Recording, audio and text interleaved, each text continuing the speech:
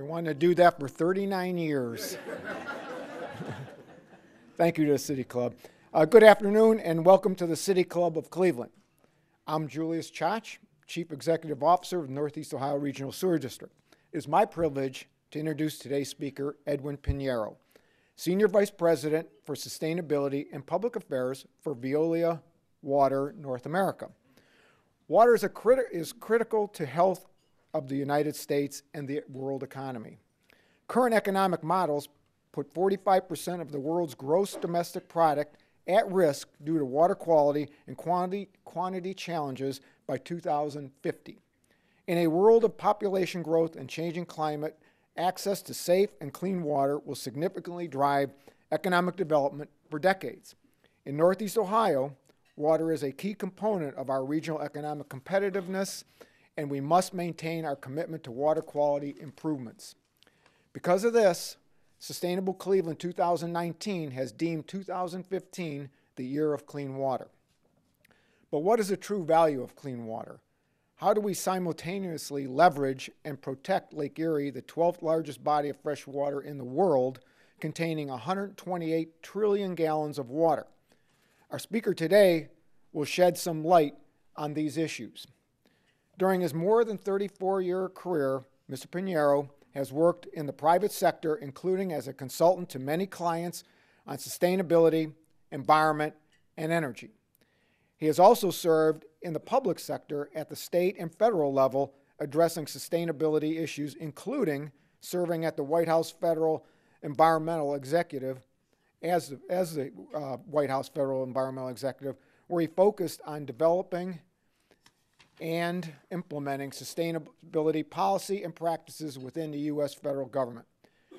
Mr. Pinero served in state government in Pennsylvania as both the Director of Bureau of Environmental Sustainability, Pennsylvania Department of Environmental Protection, as well as holding the office of Pennsylvania State Energy Director. He started his career as an oil and gas geologist with Mobil Oil Corporation.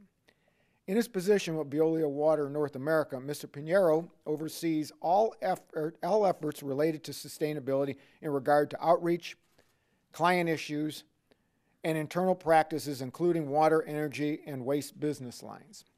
Mr. Pinero is heavily involved in water management and stewardship initiatives around the world, including the UN CEO Water Mandate, the Alliance for Water Stewardship International Standards Development Committee, and ISO Integrated Water Task Force, among others. Ladies and gentlemen, members and friends of the City Club, it is my pleasure to introduce today's speaker, Mr. Edwin Pinero.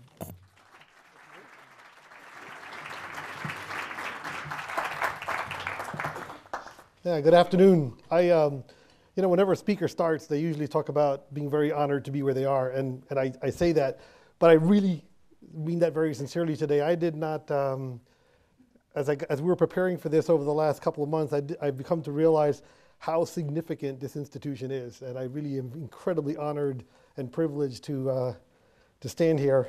I recognize this backdrop from a couple of weeks ago on national television, so it's been actually quite an honor to be here.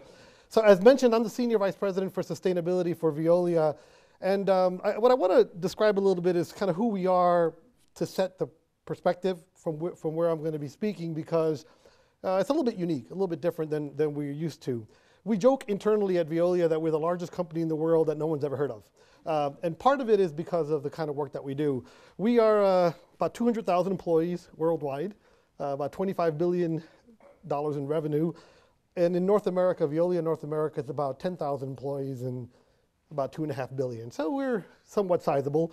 Our mission is resourcing the world. And when we talk about that, we mean providing access to, preserving, and restoring natural resources in a sustainable manner. So that allows ecosystems to exist and thrive, and it allows society to exist, grow, and thrive, not only for now, but for the future. That's kind of our vision of sustainability. So the perspective from which I'm going to be talking today about the value of water comes from that kind of a unique perspective. For us, water and dealing with water is significant, but we're not a consumer, a large consumer of water, as particularly if you think about manufacturing or agriculture. We're not water consultants. We do not own water supplies. We don't own water rights or trade and sell water rights. We're a water-related business. We're a service provider, and we deal with management of water supplies, both clean water and wastewater. So for us, for the last 150 some odd years that we've been in existence in the water business, this has been inherent to our business from that perspective in terms of dealing as a service. So this has given us a very interesting perspective on this issue of the value of water and why the topic is something that needs attention and it needs it now. But what I want to do is kind of first set the scene a little bit as to kind of what we're dealing with. We've got, I think we just recently crossed over 7 billion people in the world. We're going to be looking at about 9 billion in 2050. And by the way, I'm going to reference 2050 a couple times. I don't know why that year was picked. It just seems to be the focal year for a lot of these studies, so bear with me on that. But we'll have about 9 billion people by 2050. The real nuance of that story, though, is not just the number. Of those people, if you think about 1900, 10% of people lived in cities. Right now, it's about 50%. By the time we get out to 2050, 67% of all people will live in cities in terms of and you think about what that burden that is on infrastructure. And these people will have better quality of life. Quality of life continues to improve, and with that quality of life improvement, water intensity improves. And what I mean by that is gallons per person. So as quality of life improves, as the population increases, that's what happens. Diets improve. You go from vegetarian to meat eating. That's usually a gauge of improving diets. So there's more water per calorie, so to speak. I'm not going to burden you, especially during lunch, with a lot of statistics. So I'm not going to be rattling off numbers, but some of them are really shocking. For example, it takes about 450 gallons of water to make a pound of rice. It takes 1,900 gallons of water to make a pound of beef. So you can just realize when you talk about changing diets, what the water implications are. With improving quality of life and growing population, energy demand increases as life improves. And it takes water to generate energy. And it takes energy to collect, treat, distribute, and process water. So every time you're talking about one, you're dealing with the other one. I know it's a little bit weird to start this discussion about the importance of water to life and talking about diets and energy. You would think that the first thing you talk about as well, you're talking about a lot of people, population, and drinking water. Surprisingly, it turns out that drinking water, residential water use, is a relatively low percentage of fresh water use. The big kahunas, so to speak, are energy and agriculture in terms of using fresh water. And the big one, the one that dwarfs all the other uses of fresh water, is agriculture. 71% of all fresh water use in the world goes into food production and agriculture. Compare that to 8% that goes into residential use and drinking water. So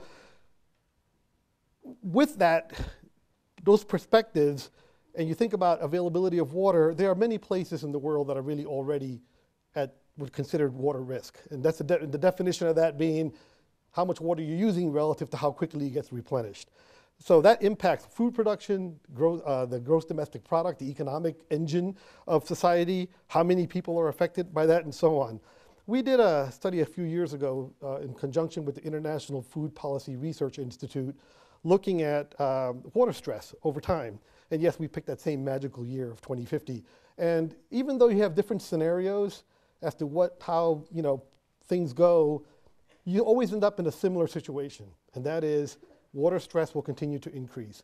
But one thing also came through very clearly, and that is the more we implement water smart actions and solutions, the lesser the damage is, so to speak. It takes longer to get to these high stress situations, and the degree of severity is reduced. Key point to make, water on Earth is not going to run out. We kind of started off with a certain amount of water, and we have about that certain amount of water. That's not really the big challenge. The challenge is having enough fresh water at the right time, at the right place. That's what we mean by water management and water issues. So I'm going to tell the story based on starting off with two fundamental points. And you will note immediately that these 2 points seem to be at first completely contradictory with each other. So bear with me a little bit. The first point is this. Essentially, everyone recognizes the extreme importance and value of water. Point number one. And they have since the onset of civilization. You think about the initial gatherings of agrarian villages and small societies, all the way to our modern megacities. Water has been a focal point of growth and success. And even those early civilizations started along waterways, and I guarantee you those that didn't start on a waterway, first thing they were worried about is how to get water, how to get to it. Providing safe access to drinking water has also been very fundamental to society development. Think about the Roman aqueducts. And it's very early work actually had to do with moving water. Water is fundamental to transportation. It was the main mode of exploring the world in the early days of exploration. And actually, where there is none, it's the cause for conflict. So I think the first point being that I think people pretty much recognize water is pretty important. So my second point, we do not really recognize the importance and value of water. And I know that sounds like a direct contradiction, but in reality, it's not. And really the key is in the details. Part of the reason for this contradiction, apparent contradiction, is that whereas we understand that water is important, where we lack clear understanding is the connection between water and pretty much every other aspect of our lives. So a supply of clean drinking water, clearly important. People understand that's basic for human survival, and fulfilling that need is a paramount responsibility of any society. We understand that. But as I mentioned earlier, drinking water and residential use represent a small supply of this fresh water. Energy's fighting for it, agriculture's fighting for it, and each of those players don't see that the others are fighting for the exact same resource. So you have all these different players with different goals, all drawing on the same resource without making a good connection between the different players between them. Another contributing factor to this apparent discrepancy is that water is priced very, very low relative to other goods and services. And more importantly, it's priced very low relative to what it actually costs to provide and ensure this consistent access and supply. Now the cost discrepancy, this very low cost of water is maybe good for the consumer and the ratepayer. So, I'm not going to take that away, but it's really not a very good approach, a very good sustainable approach when it comes to ensuring that this resource remains available, maintaining the infrastructure that's necessary to provide for clean water and manage wastewater, and then to deal with long-term water supply issues. So let me just pull these together. We know water is important, and we don't know. We don't really, so how do we reconcile these seemingly contradictory points? And I think the way to get sustainable water stewardship in a way that's commensurate with the understanding of its significance and importance is to realize that it's a three-part process. Realize the importance of water, which we do. Start to realize that connection water has with everything else, and take action. Because we could talk about it quite a bit, but we need to take action. And we feel that there are 5 enablers that'll get us down this path. First is technology. The second one is awareness, education. The third one is policy, kind of regulation. The fourth one is attitude and behavior. And the fifth one is making the business case, which is basically the kind of the financial perspective of it. All 5 are interconnected and interrelated. They affect each other. And I'm going to cheat a little bit and tell you basically my conclusion, and that is the most critical one of these is making the business case, is making that business case. Ironically, the least limiting enabler is technology. People seem to think that a bigger widget or a better machine is going to solve the world's problems. And I think that's actually the easier one to do, because if we can actually recognize and act on the value of water, that will help drive technology innovation when we need it. So it basically is the other 4 enablers that will really get us in this path towards successful, sustainable water stewardship. So let's talk a little bit about what we mean by making the business, what we mean by making the business case. Before you disengage from what I'm going to say, thinking I'm only talking to private sector companies, talking about profit and loss, I'm really speaking about this concept of the business case very broadly. Anyone who has to invest resources in water-related issues is affected by this point. Have to make the business case. Yeah, that's private industry, but it also means public utilities that have to set rates and spend dollars on infrastructure. It means national leaders who are making policy and legislation that are affecting the impact of how tax dollars are used. All of these players are involved in this business case. Simply put, I'm not an economist, I'm a geologist.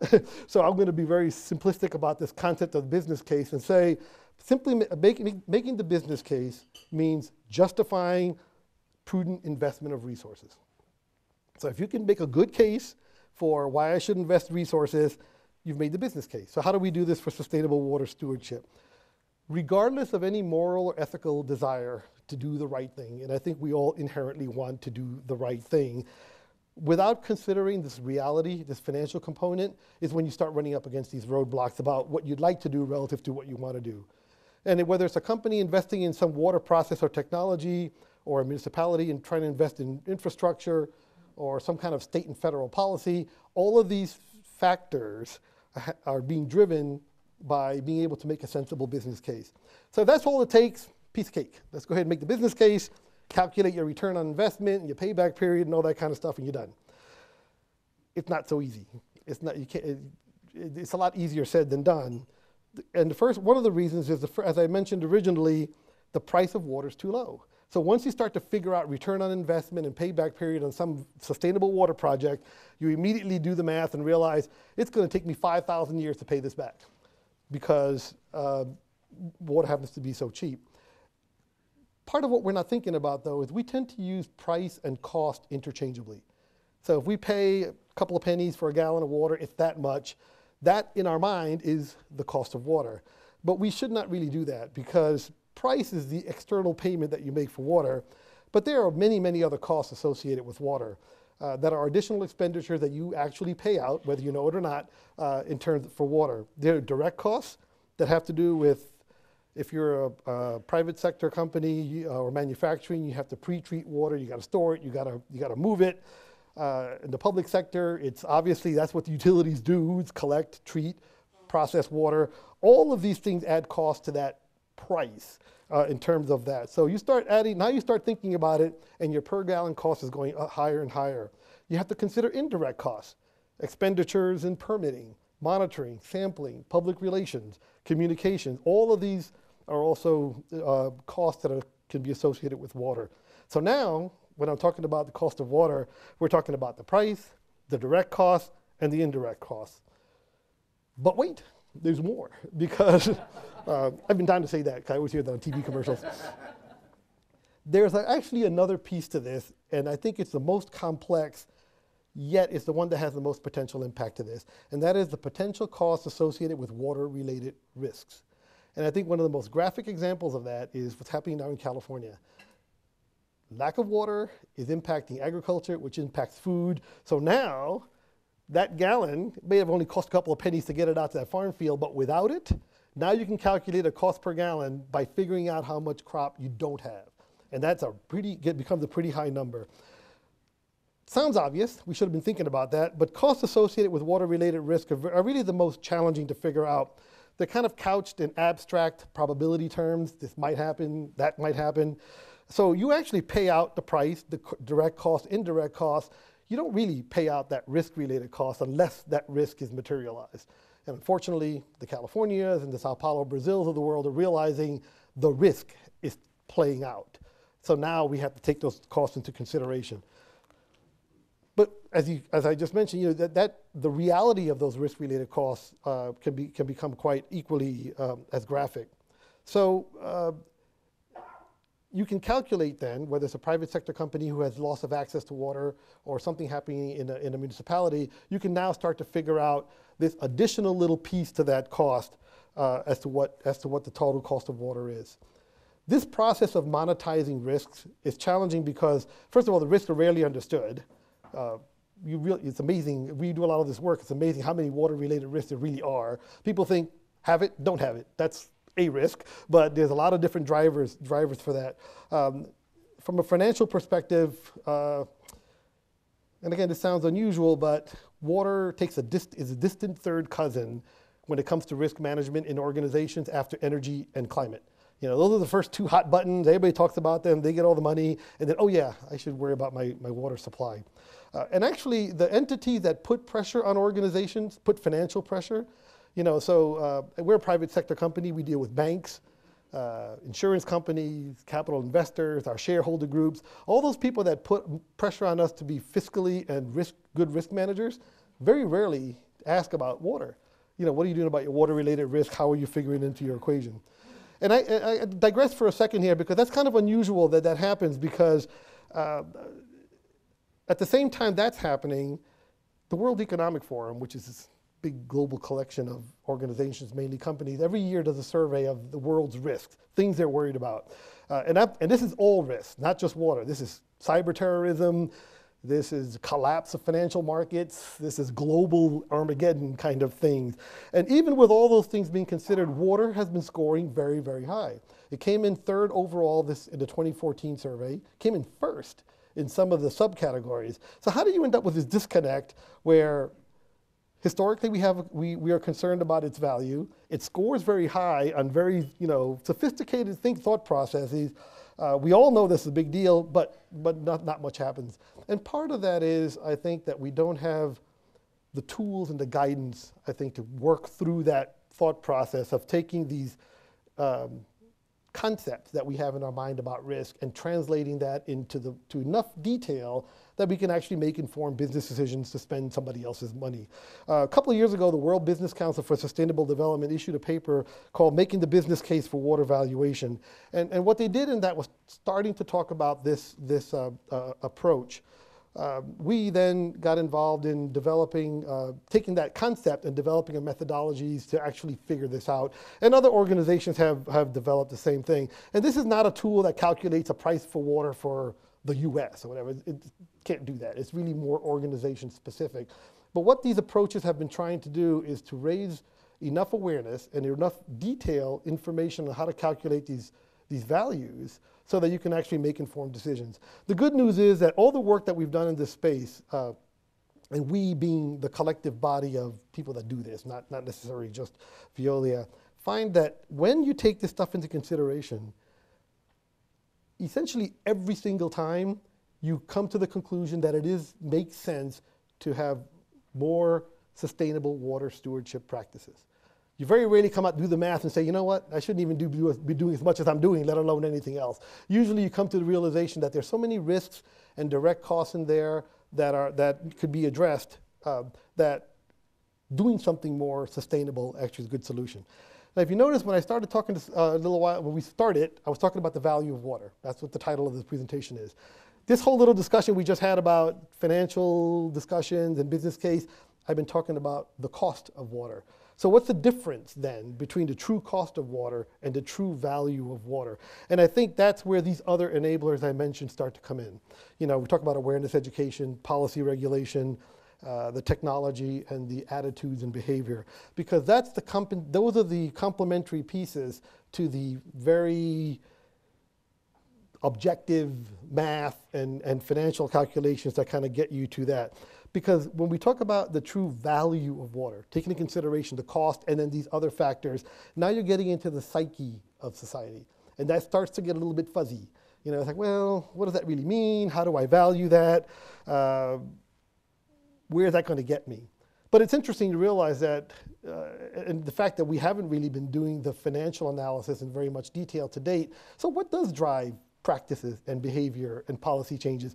It's these points, that this understanding, this awareness. So we shouldn't underrate or undervalue the importance of raising awareness and education and attitude and behavior, because it is the underpinning of a lot of the things that we do. So groups like the Value of Water Coalition, of which Northeast Ohio Sewer District is a member, are poised to take that other piece of it and say, okay, now, working in conjunction with these cost analysis and everything, how do we raise awareness? How do we inform decision makers to be able to move us in this direction of water stewardship?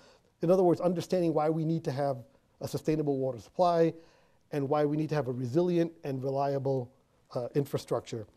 Because without that, we're not going to get we don't get the support. And we find ourselves that we're going to be controlled by reacting to water main breaks and embarrassingly high leakage rates and basically overall efficiencies. Right here in Cleveland, the Cleveland Water Alliance, I think, is a perfect example of pulling these efforts together, because when you talk about how do you figure out the costs and who are the players, How do you raise awareness? How do you get the word out? You have to pull the players together. This multi-stakeholder approach to this common message, I think, is very, very fundamental. So on a national scale, you have the coalition, the Value of Water Coalition. Right here in Cleveland, you have the Cleveland Water Alliance looking at this approach. You know, I'm going to jump ahead here a little bit, the example I wanted to give you about this issue of bringing all the enablers together is this topic of water reuse. Now, what I mean by water reuse is water that has been used and treated and then to be used again for something else. That is actually an untapped source of fresh water when you think about it. It is, you know, we talk about surface water, groundwater, this water, that water. There's a source of water out there that is untapped. So why is that? The technology to treat water, water for reuse exists, and every day somebody's coming out with some new machine that does it better. So what's the problem? What's the issue? A lot of it really comes down to the other four enablers: public understanding and acceptance, inconsistent policy and regulation around reuse, lack of necessary infrastructure to integrate the reused water into the system, and then realizing, and I think this is the key point here, realizing how many of these risks that we talk about would be mitigated if we looked at alternative sources. I use reuse as just one example. But what I'm getting us to where I want to get us to is, when we think of choices, that we have a very holistic approach to why we're making the decision, and not just comparing, well, that one's going to cost me 5 cents a gallon and that one's 10 cents a gallon based on the price, therefore I should go with that, without taking the other things into consideration. You know, let me kind of wind this down by touching on this last enabler about attitude and behavior, because I think that's the hidden gem here. And I'm going to start off by sounding very doom and gloom, and that's reality, not what I'm doing. What I'm trying to cue up, though, really is probably the most exciting, potential-filled opportunities facing the world today. So we should have hope. So I'm just going to cue us up, but I think this leads into a good direction. And I think the opportunity fits beautifully in here, in the Great Lakes area. And you'll see why at the end. So first of all, we are by nature a consumptive, linear, take, use, dispose species, society. And as we become more affluent and more developed, that attribute actually increases. We become more take, use, dispose. Second, we're an out of sight, out of mind kind of society. So visible infrastructure, roadways, public transportation, and so on, get a lot of attention. The hidden infrastructure, things like the water, really get forgotten until something very graphic happens. You know, it takes a huge water main break to say, oh yeah, I forgot there's water pipes under the ground, you know, kind of a thing. So. And then third, we seem fine paying for some things, but not others. You know, water, and water is a unique one because water is seen as a human right, so it should be cheap if it costs anything at all. Yet we don't recognize the connection between access to water and water. Getting it from where it is, cleaned, delivered, out of the faucet, used, back into the system, treated, and back into the system, that infrastructure is not free. Either somebody pays for it directly or you pay for it indirectly through your tax dollars. So understanding that difference between the two. Fourth, and the fourth one is we don't recognize these connections, as I mentioned earlier. Every drop of water takes electrons to move and process. Every electron takes a drop of water somewhere to be generated. It varies in terms of amount. Every morsel of food has water associated with it. Every manufactured product has water associated with it. You know, it takes 2.5 gallons of water to make a sheet of paper. You know, so everything has water embedded in it. And then the fifth one is, I mentioned a little bit earlier, we wait for crises to react. So every time something goes wrong, you know, we kind of jump on it. And I think the danger is usually that is too late to do anything. So here you have the Great Lakes, largest collection of fresh water, liquid fresh water in the world. And it's really hard to think about water being scarce or being difficult to access. And it's for good reason. I mean, there's a lot of it here. It'll be a long, long time before the water shortage is the issue. The challenge here is you don't have to wait for the lakes to dry up to have water scarcity concerns and water-related issues. Because this same part of the country that is home to these Great Lakes, and the Northeast in general, which is a relatively water-rich area, has very high infrastructure system leakage rates, many different systemic inefficiencies. Other parts of the world jump for joy if they get water 24/7. We did a project in India, by the way, and one of them was to provide water 24/7 to some of the slum areas. And one of the first reactions we had from a lot of the leaders when we started down that project is, why? Why do they need water 24/7? It's just different kind of mentality. We take it for granted that water is going to be available 24/7. In some parts of this country, 1 out of every 3 gallons gets lost somewhere in the system, and we don't even notice it because there's just so much coming through. And the quality issue. Because if the quality's not there, it's as if the water's not there. And Toledo's a beautiful example, very close by, of when something like that happens, you realize, yeah, the lake is still sitting out there, but there's a step between the lake and me, or the river and me in terms of what I have to do. So my contention here is that everybody has a role to play around this, and taking into consideration this true cost of water, the true value of water, and then making informed decisions in this. So here in the Great Lakes, the economy and social condition here is so closely tied to those lakes. And even if you zoom into Northeast Ohio, Cleveland, the economy, recreation, lifestyles, history, I mean, they're inherent to what we do here. So from that standpoint, critically important, tons of it, yet you're doing something about it. And that's why I extend the kudos to the leadership of this area for realizing this vital link between the stewardship of these lakes and the survival of the community, and knowing that the lakes are not something that we should be taken for granted. I know it's easy living here day to day to forget that outside sits some of the greatest treasures and wonders in the world. Let me just, if you haven't already heard this, because you live here, you probably hear it all the time, 84% of the world's fresh water is sitting in those lakes, all right? 84% of the U.S.'s, 21% of the world's. Sorry, it was a huge number. 84% of the U.S. I'm thinking, oh my gosh, it can't be that. So this is what happens when you try to freehand some things. But 84% of the U.S. water supply, fresh water supply, 21% of the world's. The only other collection of more fresh water in the world are the polar ice caps. So you realize what significance it is. So let me close off by saying that, ironically, it is this plentiful richness of water that makes this a great place for stewardship. Because if here, where you can stand on these lake shores and not even be able to see the other shore over the horizon, where the water is flowing through the rivers and filling lakes, where the water quality is world class, if here you show that you care and can make a difference because you still know and value the respect the role that water plays in everything, imagine the example that you could set for the rest of the world in terms of stewardship. So I want to thank the Cleveland Water Alliance and Northeast Ohio Sewer District for sponsoring getting me here. Congratulations to the city of Cleveland. I had a chance to read the Sustainability Plan 2019 and then the details about the year of water. Fantastic stuff. I'm a sustainability professional. I love that kind of stuff. And I want to thank you again for inviting me to this very storied institution. This has been quite an honor. So thank you.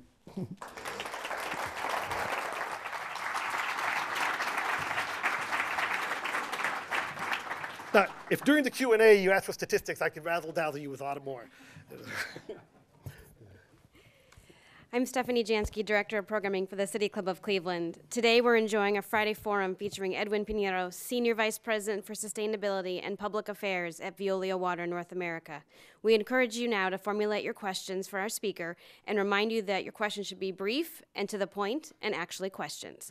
We welcome all of you here and those joining us via 90.3 WCPN, WVIZ PBS, 104.9 WCLV Idea Stream, or one of the many radio stations across the region and country that carry City Club programs. Television broadcasts of the City Club are made possible by Cleveland State University and PNC. Our live webcast is supported by the University of Akron. Be sure to join us next Friday, April 3rd, as we continue our RNC 2016 series with Mark Everson, former Internal Revenue Services Commissioner and Republican candidate for president. For more information about our upcoming and past forums, visit our website at cityclub.org. Today's forum, as you know, is the first in a series celebrating the Year of Clean Water, sponsored by the Northeast Ohio Regional Sewer District. We thank you for your support. Our community partner for today's program is the Cleveland Water Alliance. We also thank you for your support. We welcome guests at tables hosted by the City of Cleveland Office of Sustainability, the Cleveland Water Alliance, and the Northeast Ohio Regional Sewer District, and the City of Cleveland Water Pollution Control. We thank all of you for your attendance and support. Now we would like to return to our speaker for our traditional City Club question and answer period. We welcome questions from everyone, including guests.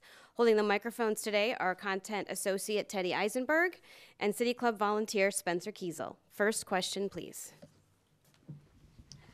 Good afternoon. We've got all these oceans of water available to us, and I'm wondering what you project in terms of desalinization for 2050. In the scenarios that we did in that study, there were different degrees of how much of the water supply was dealt with technologies like desalinization. There is no set percent projection as to, it'll be this much by a certain time, partially because that decision, whether you want to desalinate, is a very localized decision in terms of, water is very expensive to move around very long distances.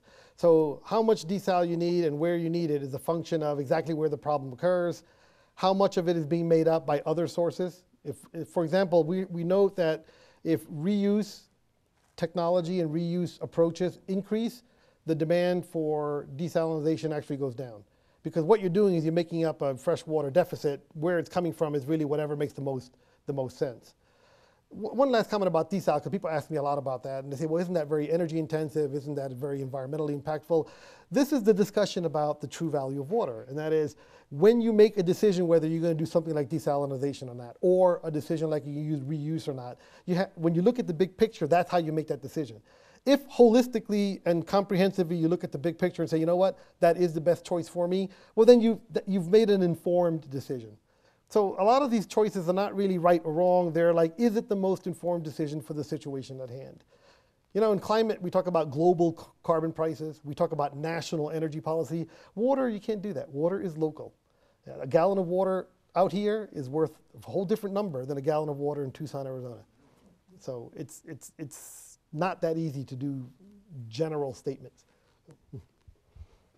So if part of calculating the value of water is understanding how to calculate potential risk, can you walk us through what that might look like for some of our major sectors here in Cleveland, like healthcare, higher ed, and manufacturing?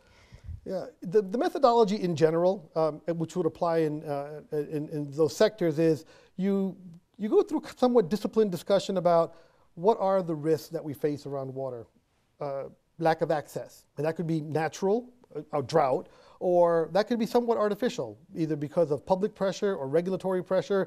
There's restricted access, particularly for the non-drinking water sources. Because when things get tough, the first to get cut are manufacturing and the non-residential kind of supplies. So you literally list all these risks.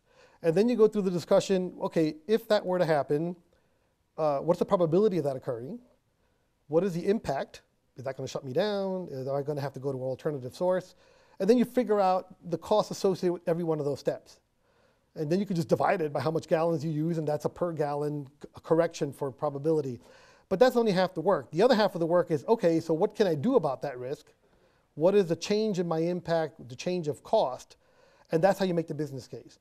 So in other words, if that risk happens, it's going to cost me $300 a gallon worth of impact. It's going to cost me $100 a gallon to hedge that risk. So now the question is the probability of occurrence enough for me to play a gamble? And that's what it comes down to. It's what is my threshold for that risk to occur before I really should do something about it in advance? Because that's the business case. That's the business case. So that's a whirlwind tour through very laborious calculations, but that's really what it comes down to. And I know that it's funny, when we started down this path, people say, well, there's got to be more to it than that. and it's, no, there isn't. It's just we never really sit down and think it through that way. It's just amazing. We just kind of, I open the faucet, there it is. Let me go on to the next issue and worry about the next issue. Yes, first I wanted to congratulate you for making a very nice case for the surface fresh water that we have in abundance right here. But most of the world's fresh water really is groundwater. About 100 times more, I believe, is as groundwater than as fresh water. And I'm wondering if you could compare and contrast the relative risk, especially over till 2050, the relative risks of the cost of water from ground versus from surface water. Yeah, interestingly enough, from an infrastructure perspective, groundwater is challenging because there's more infrastructure to get it. From a treatment perspective, actually it's easier to treat than surface water because the quality is, in general, better, and it's a more narrow range of contaminants and things that you deal with. What we're noticing, though, is because of the things like drought and over high demand on surface water bodies, there's been a transition to more groundwater related supplies. And because a given utility may not have been configured for that, you see a spike in cost in terms of being able to make the switch over. So in Florida, for example, some of the areas, the Miami-Dade, Tampa-St. Pete area, for example, a lot of work has been gone into switching over to groundwater supply because of surface water related issues. Then they have to switch back to surface water again because of saltwater incursion, because that changes the quality demand. So same answer to the question about desal. It's very situation specific as to where you have to go. One last point about that question, because it ties something I said earlier about reuse. One of the growing approaches for reuse water is called indirect reuse. And what that means is wastewater is treated, injected into the ground, and the natural cleansing nature of the aquifers, which is what doing it to groundwater anyway, takes care of it a little bit more. So in a way, you are replacing groundwater supply with treated water that may come from surface water. So the balancing of the two becomes an issue. And they do that in Colorado River Basin. It's quite a bit of places where it's funny because if you go to the Phoenix, Tucson area, the water's comes out, treat it, take it upriver, put in the ground so that it infiltrates back into the river, and then it comes back out later again. So you have this really closed kind of cycle for it. So. We like to keep telling ourselves here in Northeast Ohio that because we're right next to one of the world's greatest supplies of fresh water, that businesses and people should be flocking here. What reason is there to believe that businesses, especially, and people really are taking that into consideration and making their location decisions? Oh, actually, well, this is what we're trying to inform with this value of water related issue, because when you do these analyses, let's say you're thinking about locating somewhere and you're making this analysis of what are all the risks I'll be facing, what are all the issues, what are the best mitigation options, the thought process will take you to a point where here's an area that has a lot of fresh water. I have to be very careful about how I'm going into there and making sure that I'm in line with the quality requirements and that we're respecting the local, the local perspective on it.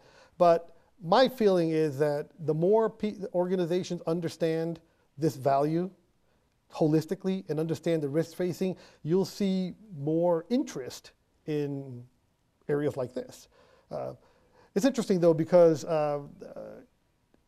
with the fame and the access to the fresh water also comes the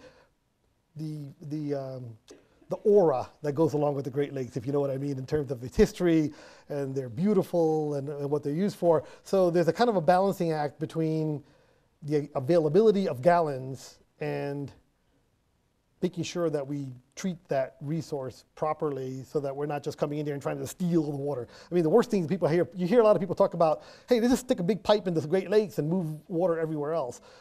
That doesn't make any sense. And it doesn't make any sense for a variety of reasons, but it's understanding all these nuances that go into figuring out the value, the overall value.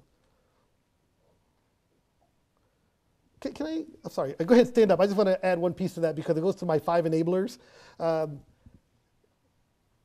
Policy, regulation, attitude, behavior, awareness, education have to go consistent with the water supply. You can have a lot of fresh water, and to make the story though, to entice industry or whatever, you have to make the whole story and say, yeah, we have a lot of water, we have conducive policies and approaches to it, we have a very informed populace, so on and so forth. So my point is, every time you make the argument, consider all the 5 enablers, not just one or the other.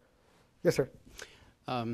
Yesterday in the paper, we saw again that Cuyahoga County lost population. And it's been a trend for a long time. We're all sad about it. And continuing our discussion about Phoenix and Tucson, I look at my water bill here, and it's not insignificant. And yet, people are moving away from Cleveland and moving to places like Tucson and Phoenix, And I guess my question is, how can they afford their water bills? Yeah. Surprisingly, the water bills are, water rates, water bills don't line up perfectly with the water supply that you see. And we actually partnered with Columbia University to do a study a couple of years ago as to why some of this is. And it's amazing how many nuances go into rates. You know, is it groundwater, surface water? Is it a big utility, a small utility? How much debt does it carry, and so on. So that's all the stuff that goes into calculating a rate. So what happens is, and this is not unusual for these two examples of what you mentioned, is that places where you think water rate should be low, because I see a lot of water, are not necessarily compared to others. Now, this goes, my point earlier about understanding the big picture. So everybody kind of goes to Phoenix and Tucson, understood. When those cities were first established, particularly Tucson, groundwater level was a couple of feet below surface. Surprisingly, for the desert, it was still below. It's 700 feet down now. Yeah, so the demand and the change that's going to occur. The other thing to keep in mind is you got to be careful that you don't have this catastrophic tipping point. So in other words, water rates are really cheap over there, not here, and then suddenly the water rate was cheap today, and tomorrow there's no water. You know, that's part of the planning process. Same answer to that question to say that I think the more there's awareness of this, and the more that the process tries to compensate, you'll see a little bit more balancing out between these issues. It's not sustainable to. It's not sustainable for the cost, the value of water to be inconsistent with what the supply is. It doesn't, and people say, well, it's been 20 years. I mean, sometimes the time period, it might be long, but it's not sustainable. Eventually it has to balance itself out. So those people will come back.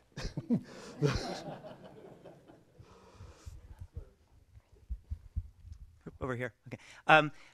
So this just goes to your question, or you stated up front that we've got enough water worldwide, but I read that like the West, especially with the drought, California's got a year left of water, and just kind of the whole hydraulic cycle that exists. Where is the water going if it's leaving the West, and do we actually have enough water going forward, and are we losing water at some point down the line because of climate change? Yeah, and I think my point is. In terms of the total water balance in the world, and again, I'm a geologist, earth science, so I think in those kind of perspectives, it's a somewhat fixed number. A little teeny weeny bit of water joins the system that's being brought up from very deep aquifers that have been down there for millions of years. They come up through through oil and gas wells or whatever. So there's a microscopic amount of water that's added to the system. You have a little bit of leakage, a couple of water molecules skip off the top of the atmosphere and go out into space. You have a little bit of loss, but in general, that's balanced. The challenge is what I said earlier about the right amount at the right place at the right time. And the challenge is that when you have the demand, like in California, relative to what's happening naturally, the weather and the rainfall and the droughts, when you have those disconnects, for all intents and purposes, there is not enough water. It doesn't matter whether that total amount in the world changed or not. It's the specific issue right there. And that's the point about trying to plan for those situations. It doesn't help California to say, hey, the amount of water in the earth hasn't changed. It's irrelevant. It's really what's happening at that point. Because water is, ironically, although it's cheap, it is incredibly expensive to move. People think about, well, we got oil pipelines, gas pipelines. Why don't we just have water pipelines? Well, it's a whole lot cheaper to move a gallon of gasoline than it is to move a gallon of water because of the weight differential and also what people pay for it. I'll move a gallon of gas to you because you'll pay $2.40 a gallon for it. I'm not going to move a gallon of water to you if you're going to pay 6 cents or whatever. So this is the challenging issue about the balancing of the demand. One last point on that. I have very long-winded answers. Sorry, because so much to say. The point. The other thing about that is understanding that is then why you want to make informed decisions. So is reuse a solution out there? Is better efficiency, better agricultural practices, a mixture of desalination or something else? What's the solution for there? Whether or not it has any relevance in Ohio or any relevance in Florida, it's a very location-specific issue. You mentioned regional variance in the value of water. Do you think that the practice of horizontal drilling and hydraulic fracturing will have an overall impact, or do you think that will be relegated to where the unconventional formations are? Well, it's, the value of water, the cost of water analysis does figure into those equations, but it's not just the price, it's also all the other factors. So in other words, what is the supply, what is the regulatory picture, what is the public perception issues, is there enough to use, what do we do with it afterwards? All these are part of all those little risks and all those direct costs and indirect costs. And if the math works out, one way, then you go one path, the other math is the other way. There's a nuance with extractives though. In other words, oil, gas, and mining, whether it's coal or precious metals. And unlike a manufacturing facility, if I'm a manufacturing facility, then the water picture's not working out, I'll just put it somewhere else. But the extractives don't have that much flexibility. So the math that they go through on this cost of water analysis is a little bit different because some of the risks have much higher implication because there is no pick up the plant and go somewhere else kind of thing. When we first started testing our methodology, we ironically, for whatever reason, part of it is kind of where we were at the time, but we started with the food and beverage industry and the oil and gas industry, just in parallel. And it's amazing to see the difference in the thought process that goes into these sectors because of how they approach things. One has a fixed resource, and that I got to be there or not be anywhere, or I can just plop anywhere that works, kind of a thing. And then you kind of go through different kind of math threshold. So there's a billion other parameters that go into hydrofracking, so I don't want to get into that. But yes, the value of water holistically is one of the line items that when you kind of go through in that thought process. Compared to other utilities or needs such as natural gas, electric power, gasoline, and so on, water is usually considered very cheap. Right. Is it much too cheap, given the regionality that you pointed out in the availability and cost of water? Is it feasible to develop a business model whereby you actually price water according to the to meet the actual cost, total cost of the water that's being furnished? Yeah, that question that's it right there. That is the answer to that question is the Holy Grail, because in oil and gas, or let's just pick oil and gas, but any kind of resource like that, I figure how much it costs to take it out, and I'm going to charge a certain amount of money.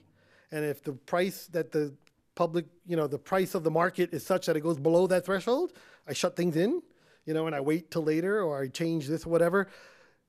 The utilities and the water business really don't have that choice. You can't shut down because you don't have enough money to fix a particular part of the infrastructure. So that's part of it. Part of it is that there's no business choice really in terms of yes or no. It's how, it's not yes or no. That's the first thing. The other thing is you then have the added challenge of, and by the way, when you do figure out that really true cost, you're not gonna be able to charge it because it's gonna be too high for what people perceive should be cost of water, the value of water. So how do you reconcile that? Part of it is you try and pull that high cost down with improved efficiency, different innovative approaches, and then you raise the threshold of people by understanding, do you realize what we're talking about here? Do you realize what we're talking about here? And hopefully that space between what it really, really should cost and what people will tolerate kind of starts to kind of close in a little bit on itself, and maybe you can kind of buy yourself a little bit of kind of leeway to move forward. And this goes to this understanding of how water really plays in. In California, big industry is agriculture. We're talking about the agriculture and the drought. It's in agriculture where water tends to leave its place. We talk about so much water that's used for power plant cooling. 41% of all the fresh water withdrawal goes into cooling power plants. Only 3% is considered consumed, which means it leaves the space, the watershed. And that's because most cooling water just goes in one end, out the other. of the power plant. It stays in the watershed. Now, people argue about temperature and stuff, but the point is the volume of water stays in the watershed.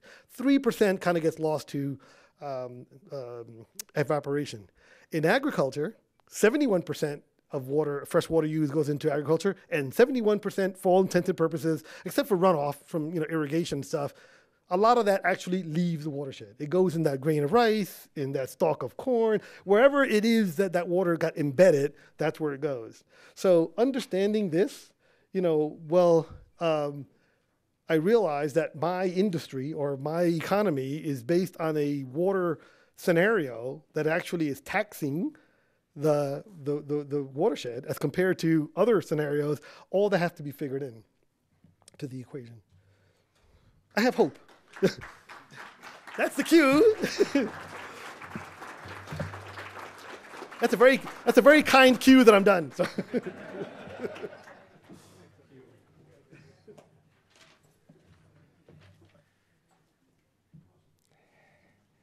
Today at the City Club, we have been enjoying a Friday forum featuring Ed Pinero, Senior Vice President for Sustainability and Public Affairs at Veolia North America. Thank you, Mr. Pinero, and thank you, ladies and gentlemen. This forum is now adjourned.